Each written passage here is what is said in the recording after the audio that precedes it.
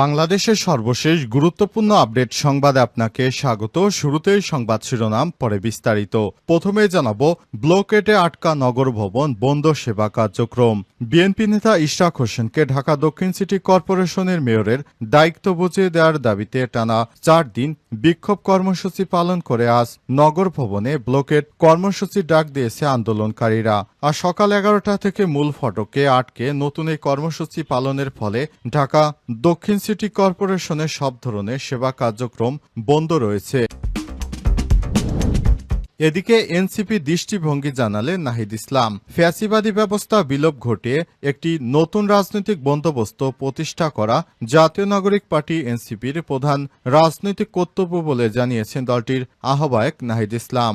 আজ দুপুরে নিজের ভেরিফাইড ফেসবুক প্রোফাইলে দেয়া এক পোস্টে তিনি এনসিপির দৃষ্টিভঙ্গি তুলে ধরেন। এরপর জানাবো, এনসিপির সদস্য সচিব আক্তারকে খুনের হুমকি দিয়ে গ্রামের বাড়িতে চিঠি।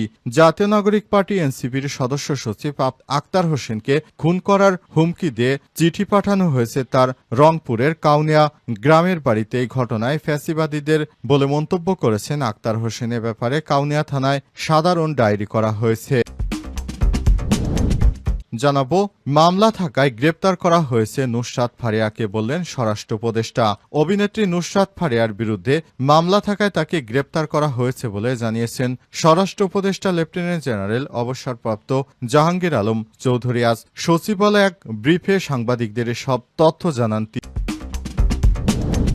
এবং সর্বশেষ জানাবো, 40 রোহিঙ্গাকে সাগরে নিক্ষেপ ভারতীয় নৌবাহিনীর। বাংলাদেশ জামাত ইসলামের নিন্দা। ভারতীয় নৌবাহিনীর জাহাজ থেকে 40 জন রোহিঙ্গা শরণার্থীকে আন্দামান সাগরে ফেলে দেওয়ার ঘটনায় নিন্দা ও প্রতিবাদ জানিয়েছে বাংলাদেশ জামাত ইসলাম। রোববার দেশটির ভারপ্রাপ্ত সেক্রেটারি জেনারেল মাওলানা এটিএম মাসুমের সই করা এক বিজ্ঞপ্তিতে বিষয়টি নিশ্চিত করা হয়। প্রিয় দর্শক, এতক্ষণ শুনছিলেন সংবাদ শিরোনাম, এবারে বিস্তারিত। তবে তার আগে বন্ধুরা, অনুরোধ থাকবে এই সংবাদটিতে একটি লাইক দিন। এই চ্যানেলে আপনি নতুন হয়ে থাকলে আমাদের সংবাদটি দেখতে দেখতে চ্যানেলটি সাবস্ক্রাইব করে রাখুন। কমেন্ট করে বন্ধুরা আপনার মূল্যবান মতামত জানিয়ে দিন আপনি বিশ্বের কোন দেশ থেকে বা বাংলাদেশের কোন স্থান থেকে আমাদের সংবাদটি দেখছেন এবং শুনছেন। আর বন্ধুরা, এই সংবাদটি আপনার সোশ্যাল মিডিয়া ফেসবুকে বন্ধুদের মাঝে শেয়ার করে সবাইকে দেখার সুযোগ করে দিন। এবারে বিস্তারিত। এনসিপির দৃষ্টিভঙ্গি জানালেন নাহিদ ইসলাম। ফ্যাসিবাদী ব্যবস্থা বিলোপের ঘটিয়ে নতুন রাজনৈতিক বন্দোবস্তের প্রতিষ্ঠা করা জাতীয় নাগরিক পার্টি এনসিপির প্রধান রাজনৈতিক কর্তব্য বলে জানিয়েছেন দলটির আহ্বায়ক নাহিদ ইসলাম। সোমবার 19 মে দুপুরে নিজের ভেরিফাইড ফেসবুক প্রোফাইলে দেয়া এক পোস্টে তিনি এনসিপির দৃষ্টিভঙ্গি তুলে ধরেন। পোস্টে নাহিদ ইসলাম লিখেছেন, নারীর মর্যাদা ক্ষমতায়ন এনসিপির অন্যতম মূলনীতি। নারীর শিক্ষা, স্বাস্থ্য, নিরাপত্তা, নেতৃত্ব ও কর্মসংস্থান নিশ্চিতে এনসিপি সুনির্দিষ্ট পদক্ষেপ গ্রহণ করবে। কয়েকটি বিষয় নিয়ে এনসিপির দৃষ্টিভঙ্গি। 1. বাংলাদেশ রাষ্ট্রের অন্যতম প্রধান ভিত্তি হল মুক্তিযুদ্ধ। মুক্তিযুদ্ধের সাম্য, ইনসাফ এবং মানবিক মর্যাদার আদর্শ এবং 24-এর গণ অভ্যুত্থানে বৈষম্যহীন ও গণতান্ত্রিক ব্যবস্থার আকাঙ্ক্ষাকে ধারণা করেই এনসিপি পথ চলা। এছাড়াও আমরা বাংলার হিন্দু, মুসলমান, দলিত, উপনিবেশ বিরোধী ও সংগ্রামে ধারাবাহিকতাকে রাজনৈতিক ও ঐতিহাসিক ভিত্তি হিসেবে গ্রহণ করি। 2. এনসিপি নাগরিকের ধর্মবিশ্বাস এবং আধ্যাত্মিক অনুভবের প্রতি শ্রদ্ধাশীল। বৃহত্তর জনগোষ্ঠীর ধর্ম ইসলাম, তারা নৈতিকতা ও মানবিকতা এবং বাঙালি মুসলমানদের ভাষা, সংস্কৃতি, জীবন চর্চাকে এনসিপি মূল্যায়ন করে। 3. এনসিপি ব্লকেটে আটকা নগর ভবন বন্ধ রয়েছে সেবা কার্যক্রম।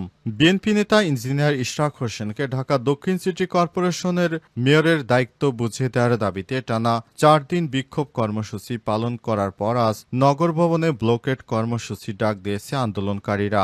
আজ 11টা থেকে মূল ফটক আটকের নতুন এই কর্মসূচি পালনের ফলে ঢাকা দক্ষিণ সিটি কর্পোরেশনের সব ধরনের সেবা কার্যক্রম বন্ধ রয়েছে। সরেজমিনে গিয়ে দেখা যায় ইশরাক হোসেনকে মেয়রের দায়িত্ব বুঝিয়ে ফেসিবাদিতে ডিএনসিসি নগর ভবন ব্লকের ঘোষণার পর কর্মসূচি চালিয়ে যাচ্ছেন বিক্ষোভকারীরা। সকাল থেকেই ঢাকার বিভিন্ন এলাকা থেকে ছোট ছোট মিছিল নিয়ে নগর ভবনের সামনে আসছে ঢাকাবাসী। ব্যানারে জড়ো হয়ে তারা বিভিন্ন কর্মসূচি পালন করছেন। তাদের ব্লকেটে আটকে গেছে নগর ভবন এবং এখানকার সব কার্যক্রম ও সেবা। এদিকে আজ পঞ্চম দিনের মতো অবরুদ্ধ আছে নগর ভবন। সব ধরনের সেবা কার্যক্রম বন্ধ হয়ে আছে। বিগত কয়েকদিন ধরে নগর ভবনের মূল ফটক সহ অন্যান্য সব বিভাগের গেটে তালা লাগিয়ে রেখেছে দক্ষিণ সিটি কর্পোরেশন ইশরাকপন্থী কর্মকর্তা কর্মচারীরা। ফলে আজ থেকে কোনো সেবা পাওয়া যাচ্ছে না নগর ভবনে। সেবা গ্রাহীতাদের সেবা নিতে এসে ফিরে যেতে হচ্ছে। নগর ভবনের সামনে অবস্থানকারীরা বিক্ষোভকারীরা বলছেন, এখন পর্যন্ত ইশরাকের শপথ গ্রহণের ব্যবস্থা না নেওয়া কারণে আমরা এই ধরনের কর্মকাণ্ড চালাচ্ছি। ইশরাককে মেয়রের দায়িত্ব বুঝিয়ে দেওয়ার দাবি আদায় না হওয়া পর্যন্ত আমরা আন্দোলন চালিয়ে যাব বলে তারা হুঁশিয়ারি দিয়েছেন। তারা বলেন, বর্তমান ইঞ্জিনিয়ার ইশরাক হোসেনকে মেয়রের দায়িত্ব বুঝিয়ে দেওয়ার কথা, কিন্তু সরকার সেটি বুঝিয়ে দিচ্ছে না। এনসিপির সদস্য সচিব আক্তারকে খুনের হুমকি দিয়ে তার গ্রামের বাড়িতে চিঠি। জাতীয় নাগরিক পার্টি এনসিপির সদস্য সচিব আক্তার হোসেনকে খুন করার হুমকি দিয়ে চিঠি পাঠানো হয়েছে তার রংপুরের কাউনিয়া গ্রামের বাড়িতে। এই ঘটনায় ফ্যাসিবাদীদের বলে মন্তব্য করেছেন আক্তার। এই ব্যাপারে কাউনিয়া থানা সাধারণ ডায়েরি করা হয়েছে। নিরাপত্তা বাড়ানো হয়েছে আক্তারের গ্রামের বাড়িতে। আক্তার হোসেনকে এই প্রতিবেদককে জানান, ডাকযোগে পাঠানো চিঠিতে প্রেরকের স্বাক্ষরে বুলেট ছদ্মনাম এবং ৩০ নভেম্বর ২০২৪ লেখা হয়েছে। প্রেরকের ঠিকানা দেওয়া হয়েছে বিশ্বনাথ, টেপা মধুপুর, কাউনিয়া, রংপুর। চিঠিটি শুক্রবার ১৬ মে তারিখ বাদ এশা আমার গ্রামের বাড়িতে কাউনিয়া উপজেলার টেপা মধুপুরের মুন্সিপাড়ায় পৌঁছে দেয় পিয়ন।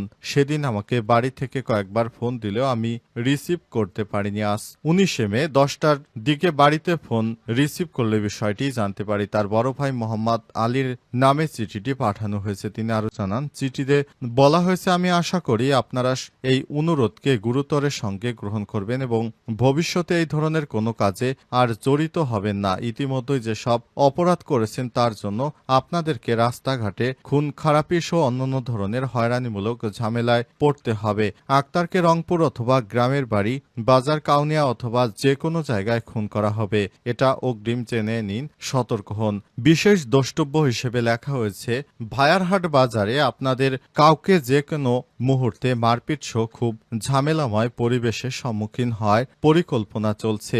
আক্তার হোসেন বলেছেন, আমরা ধারণা করছি রাজনৈতিকভাবে যারা আমাদের চিরশত্রু, তারা ফ্যাসিবাদী শক্তি, তাদেরকেও হয়তো এটা করে থাকতে পারি। আমি থানার ওসির সঙ্গে কথা বলেছি, জিডি করা হয়েছে। ডাক বিভাগের ঠিকানা অনুযায়ী খুঁজে পাওয়া যায় কিনা সে ব্যাপারে যেন আইন শৃঙ্খলা বাহিনী সর্বোচ্চ গুরুত্বের সঙ্গে তদন্ত করে ব্যবস্থা নেয়, সেটাই আর্জি জানাবো। এ সময় তিনি বলেছেন, এ ধরনের হুমকি থামকি দিয়ে লাভ হবে না। ফ্যাসিবাদ দেশ ছেড়ে পালিয়েছে, এটাই বড় কথা। তারা বাংলাদেশে আমরা যখন আন্দোলন শুরু করেছি তখনও এ ধরনের হুমকি ধামকি দিত, পুলিশ দিয়ে হয়রানি করত।